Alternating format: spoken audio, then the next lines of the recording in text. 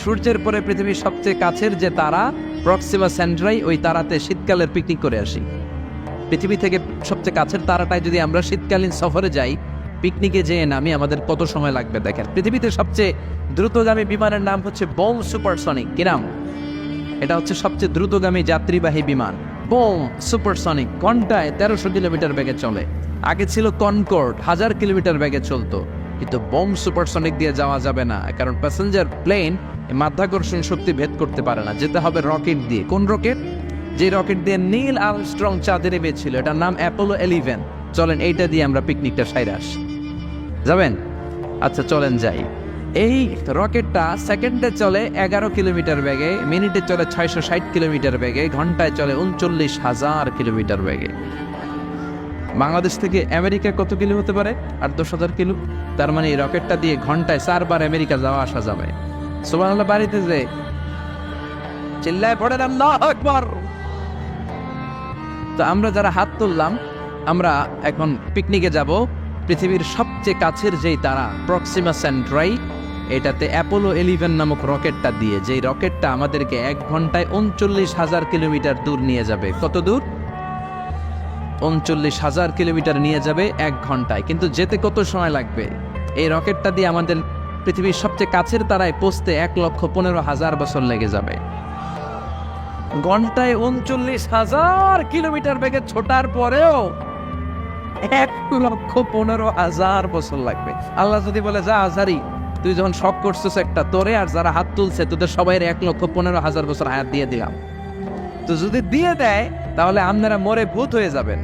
আমরা যাইতেই থাকবো, যাইতেই থাকবো। আমাদের নাতি পুতি সতি লতি ক্ষতি সব মরতে মরতে মরতে মরতে মরতে মরতে মরতে মরতে মরতে মরতে মরতে মরতে মরতে মরতে মরতে মরতে মরতে মরতে 6,000 জেনারেশন মরে যাবে। আমাদের 6,000 জেনারেশন মরে যাবে। তখন আমাদের নামার সময় হবে। সুবহানাল্লাহ কইতে পারলেন না? গ্রিক সভ্যতার টাইমে যদি কেউ এই সফরটা শুরু করতো, আজকে 2018 সালে পুরো সফরের 100% মাত্র 4% কমপ্লিট হতো, আর 96% সফর তাদের বাকি থেকে যেত। যদি গ্রিকদের টাইমে কেউ সফরটা শুরু করতো, সুবহানাল্লাহ মুখ দিয়ে বেরোয় না।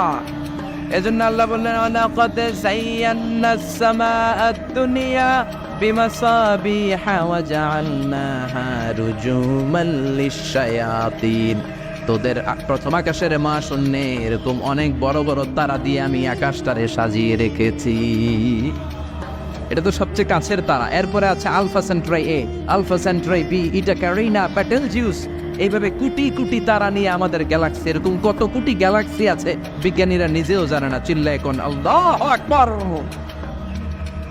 এরপরে প্রথম রুকুর শেষে আল্লাহ বললেন, ওয়াসিররু কাওলাকুম আও ইজহারু বিহি ইন্নাহু আলিমুম বিযাতিস সুদূর। তোমরা আস্তে বলো কিংবা জোরে বলো, সব কথাগুলো শোনে কে?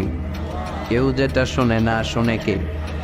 দরজা বন্ধ করে, জানালা বন্ধ করে, লাইট বন্ধ করে ঘরের ভেতরে জুলুম করলেন, অন্যায় করলেন, পাপ করলেন, কেউ দেখে নাই, দেখলো কে? বিশ্বাস হয়? একটু সন্দেহ সন্দেহ লাগে নাকি?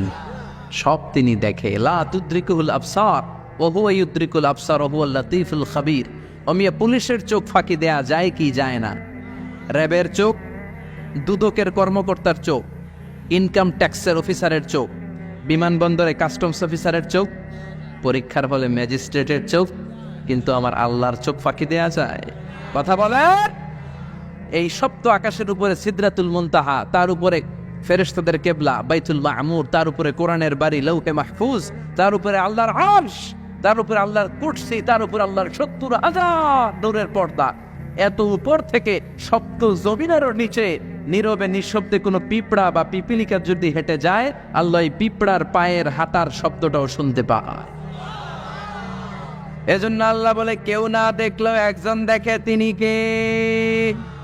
এরপরে আল্লাহ বললেন, আওয়ালাম ইয়ারাউ ইলাত তায়রি ফাওকাহুম সাফাতিন ওয়া ইয়াকবিদ মা ইউমসিকুহুন্না ইল্লার রাহমান ইন্নাহু বিকুল্লি শাইইন বাসীর। পড়েন সুবহানাল্লাহ।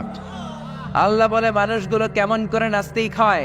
এত এত নিদর্শন আমি কোরআনের মধ্যে সূরা মুলকের মধ্যে রেখে দিলাম। এগুলো জানার পরে, পড়ার পরে, বোঝার পরে কেমন করে মানুষগুলো না